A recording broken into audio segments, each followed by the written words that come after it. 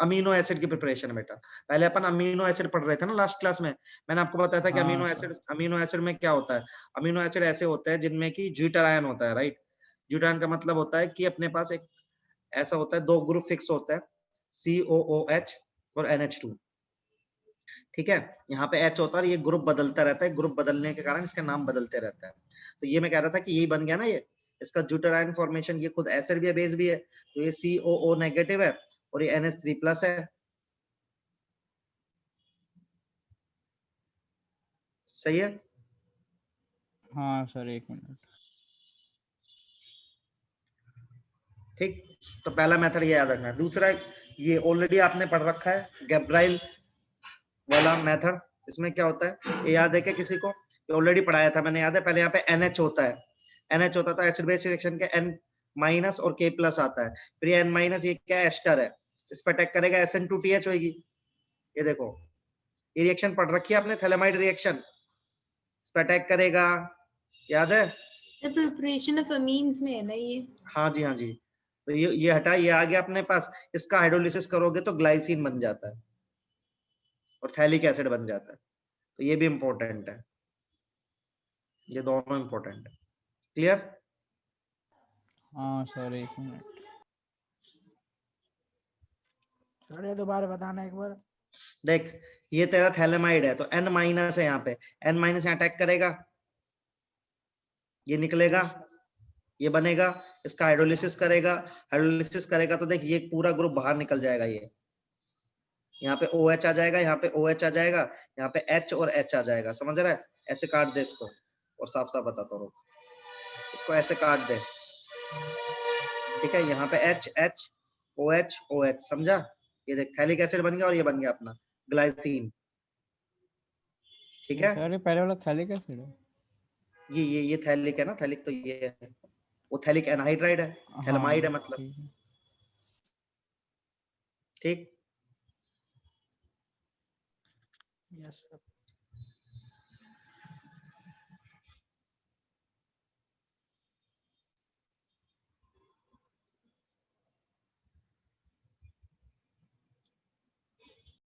ये दोनों method of preparation आपको याद करने हैं, एनसीईआरटी में नहीं है, फिर भी याद करने पड़ेंगे यार। केमिकल रिएक्शन वाला पोर्शन नहीं है तो अपन स्किप कर सकते हैं, लेकिन पेप्टाइड लिंकेज अपन पढ़ेंगे। तो ये केमिकल रिएक्शन आप स्किप मार सकते हो, कोई दिक्कत नहीं है, ठीक है, पर ये हमें पढ़ना पड़ेगा। अब क्या है, आपको ये बहुत अच्छे सीखना पड़ेगा, ये अपन को बहुत अच्छे से पढ़ना है सारा। तो है क्या प्रोटीन, है क्या? यदि आपको कोई बोलेगा प्रोटीन क्या है, तो प्रोटीन कुछ नहीं यार। प्रोटीन क्या है? प्रोटीन पॉलीमर है एक तरह का। प्रोटीन क्या है? पॉलीमर। और उसकी बेसिक यूनिट क्या है? बेसिक फंक्शनल यूनिट क्या है? अमीनो एसिड है या मोनोमर। तो अमीनो एसिड के बारे में हमने पढ़ लिया। अमीनो एसिड, यदि एक अमीनो एसिड दूसरे अमीनो एसिड से कनेक्ट होता है, ठीक है, कैसे कनेक्ट होता है यहाँ पे देखो ध्यान से। जैसे ये एक अमीनो एसिड है, ये एक अमीनो एसिड है। अमीनो एसिड मतलब समझ रहे हो आप? ये अमीनो एसिड दिख रहा है सबको? दिख रहा है ये? आना तो बोलो। एक अमीनो एसिड का मॉलिक्यूल है, ये दूसरे अमीनो एसिड का मॉलिक्यूल है। तो एक से निकलेगा OH और एक से निकलेगा H, तो H2O निकलेगा। जैसे वहां पे बोलते हैं ना ग्लाइकोसाइडिक लिंकेज, कहाँ पे बोलते थे ग्लाइकोसाइडिक लिंकेज? कार्बोहाइड्रेट में बोलते थे। यस। तो यहाँ पे बोलते हैं पेप्टाइड लिंकेज। इसको क्या बोलते हैं अपन? Peptide linkage. मेरी बात समझ रहे हो? ऐसे डाई पेप्टाइड है।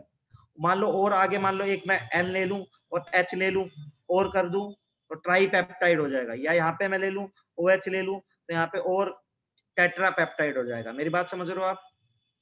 समझ रहे हो कि नहीं समझ रहे हो? अरे बोलो। समझ हाँ रही सर, हूँ। हाँ। हाँ, तो इसको आप रीड करो पूरे को, इसको रीड करना कंपलसरी है, ये काम का है। ये एनसीईआरटी में भी लिखा हुआ है अच्छे से। ये पूरा पैराग्राफ रीड करो यहाँ तक, ये समझ में आना चाहिए आपको यहाँ तक।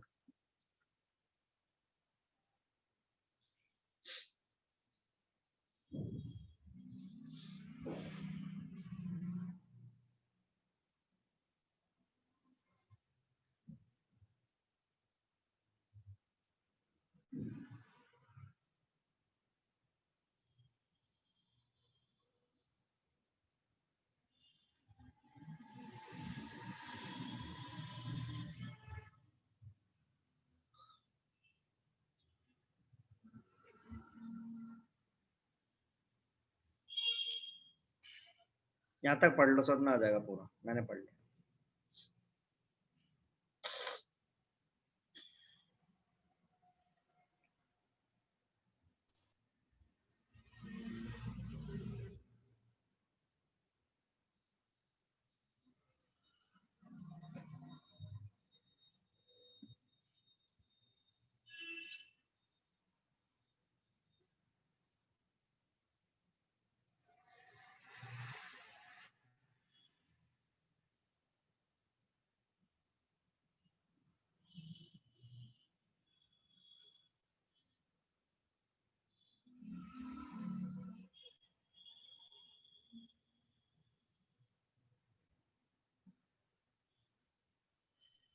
पढ़ लिया सर।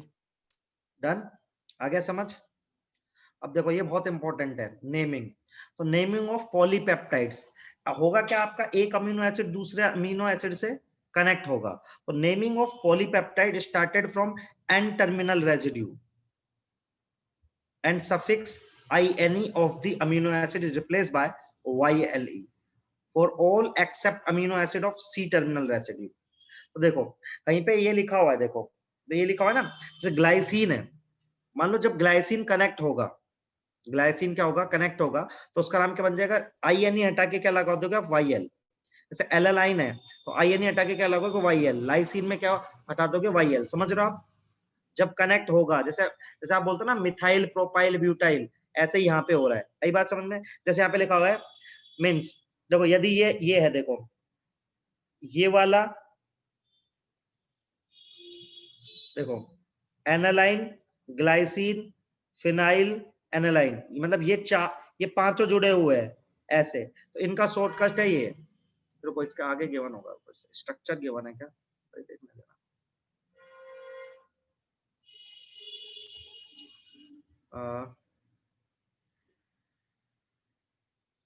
दिया क्यों नहीं है, ये दिया क्यों नहीं है? चलो यार इधर से ही पढ़ना पड़ेगा, अपन को उधर दे नहीं रखा ज्यादा। तो देखो अपने पास मान लो ग्लाइसिन है, ग्लाइसिन और इससे कनेक्ट होता है एनालाइन से, समझ रहे हो आप? तो एन टर्मिनल रेसिड्यू और सफिक्स INE की जगह क्या लगाना है अपन को, YL for all except acid of C terminal residue. तो जो कार्बन वाला है इसको नहीं लिखेंगे अपन, ठीक है, एंड वाले को। मान ले इसके आगे आपने 5 एसिड जोड़े हुए हैं, जो एंड वाला कार्बन टर्मिनल वाला है उसको नहीं लिखेंगे, बाकी सबका नाम अपन ऐसे लिखते जाएंगे, जैसे alanine, glycine, phenyl, aniline, means ये तीनों अपने क्या हो गए, अमीनो एसिड हो गए। जैसे इसमें एनालाइन होगा, ग्लाइसिन होगा, फिनाइलिन होगा, AGF इसका शॉर्टकट हो जाएगा। ये समझ रहे हो क्या? सर फिर से बताओ। मेरे को एक सेकंड, यार खुद से कोई कंपाउंड लेके बता दो ना, कैसे नेम हाँ करते हैं। वही इसलिए तो बता रहा हूँ। जैसे मान लो आपके पास एक ग्लाइसिन है ना, तो ग्लाइसिन क्या आपके पास,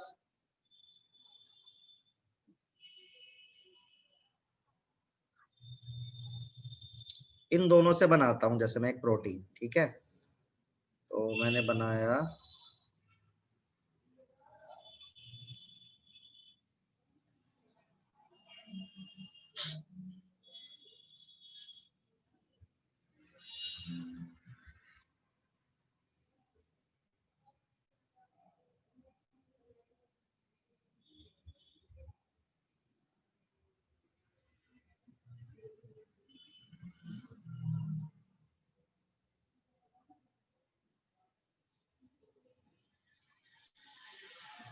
ठीक है। अब देखो मैंने ये बनाया, तो देखो ये एन, ये इसका है, ये इसका कौन सा रेसिड्यू है, ये एन रेसिड्यू है, समझ गए आप? ये जो बचा है इसका एन रेसिड्यू और इसका कार्बन वाला रेसिड्यू है। अभी बात समझ में आ रही है? तो कार्बन वाले रेसिड्यू का नाम लिखना है, इसका नाम लिखना है। जैसे इसका नाम क्या, हमारे पास ग्लाइसिन है, तो इसका नाम हो जाएगा GLYYL, सॉरी GYL CYL। समझे आप मेरी बात? इसका नाम नहीं लिखा मैंने, सिर्फ किसका लगा, एन रेसिड्यू वाले का नाम लिखता जाऊंगा। अब ऐसे मान लो और 5-6 जुड़े होते हैं, तो 5-6 का नाम लिखता जाता, मैं एंड वाले का नाम नहीं लिखता। इतनी बात समझ में आ गई आपको? सर एन वाले का ही लिखना है क्या? हाँ देखो यही लिखा है।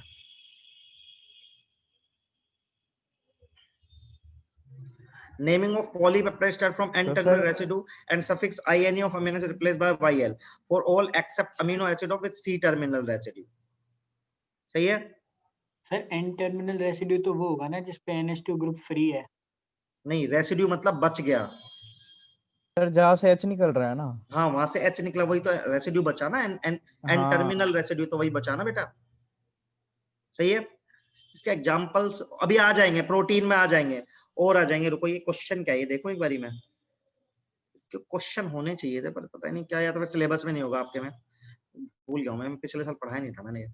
देखो ये लिखा हुआ है GIYLALA, ये रहा। ये क्या है? Tripeptide, this. नहीं यार, कुछ गड़बड़ है।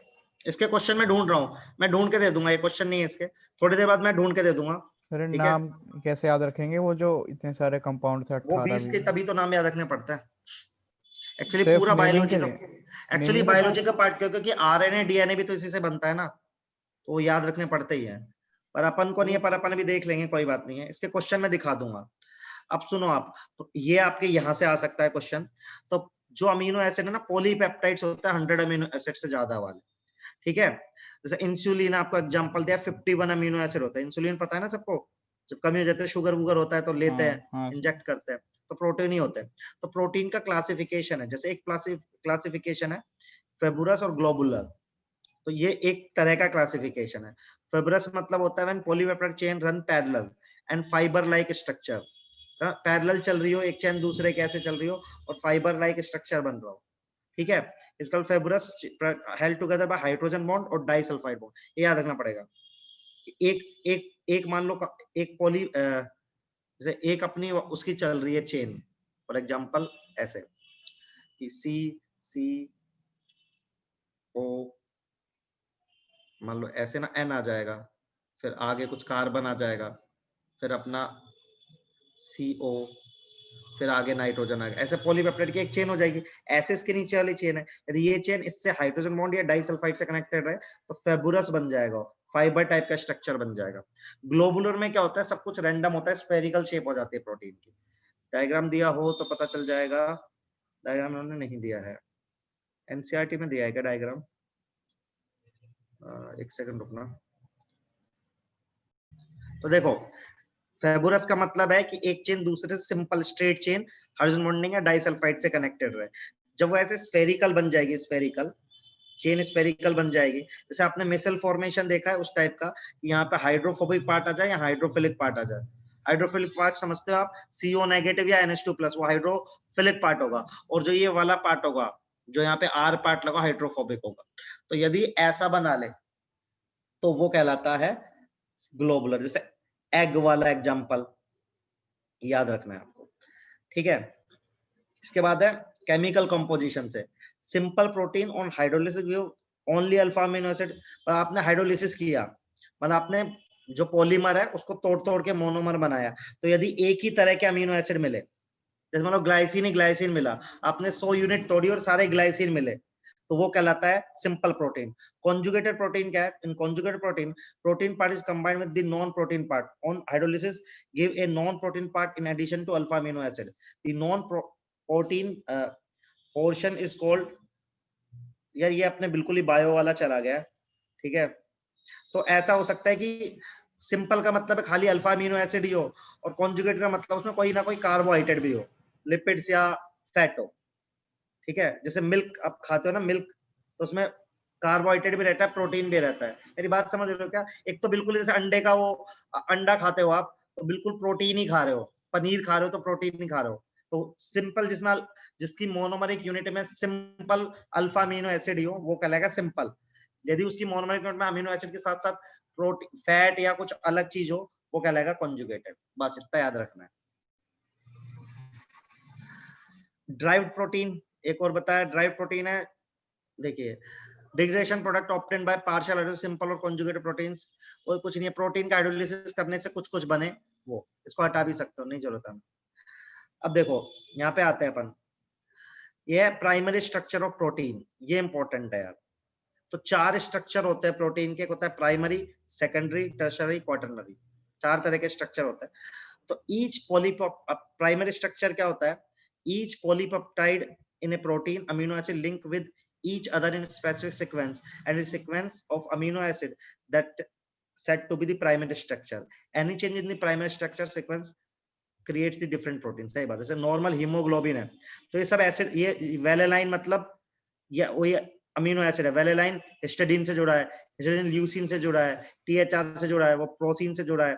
एक सीक्वेंस है फिक्स. है अब मेरी बात समझ रहे हो आप? सीक्वेंस मतलब लगातार अमीनो एसिड इस सीक्वेंस में कनेक्टेड है बाय द पेप्टाइड लिंकेज. मतलब वेलेलाइन और हिस्टिडीन के बीच में पेप्टाइड लिंकेज होगा. तो ये सीक्वेंस है बेटा, ये सीक्वेंस याद नहीं रखना.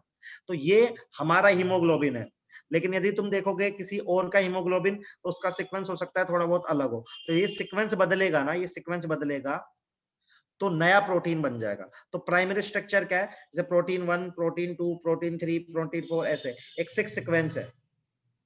और ये दो प्रोटीन आपस में हमेशा किससे कनेक्टेड है?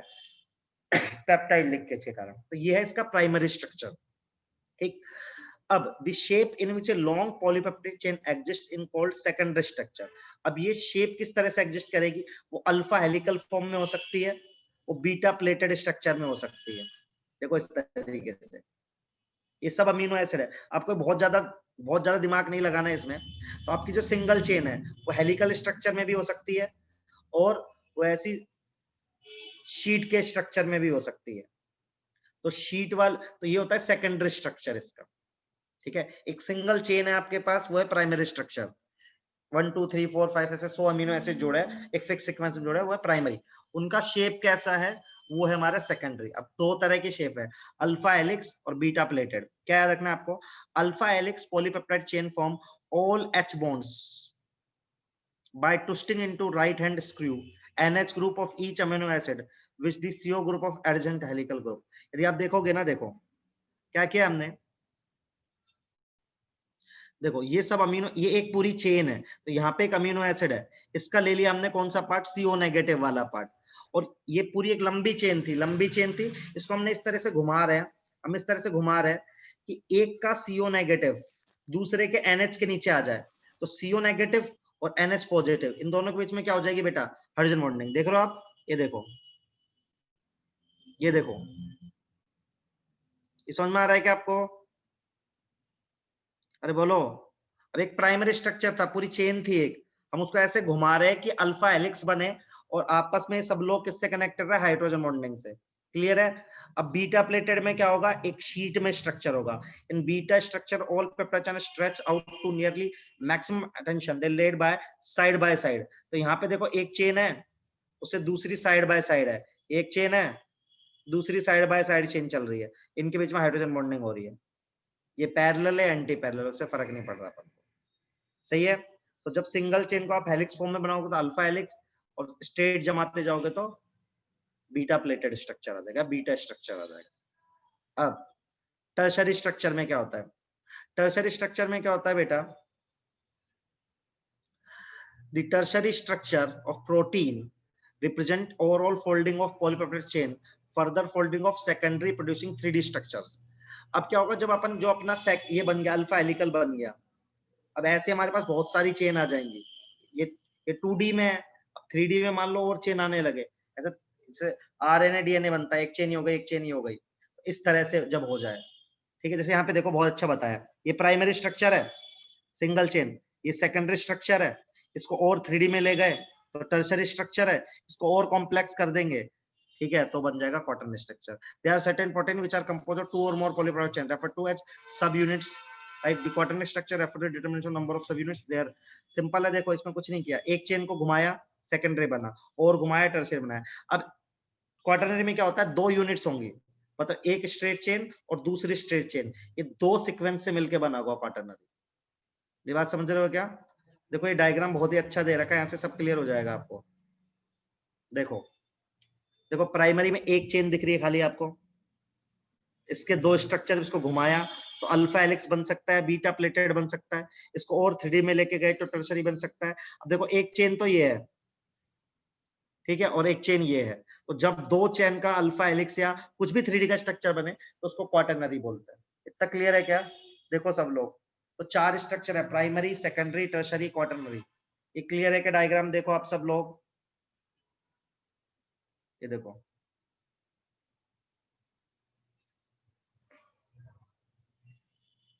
ठीक है।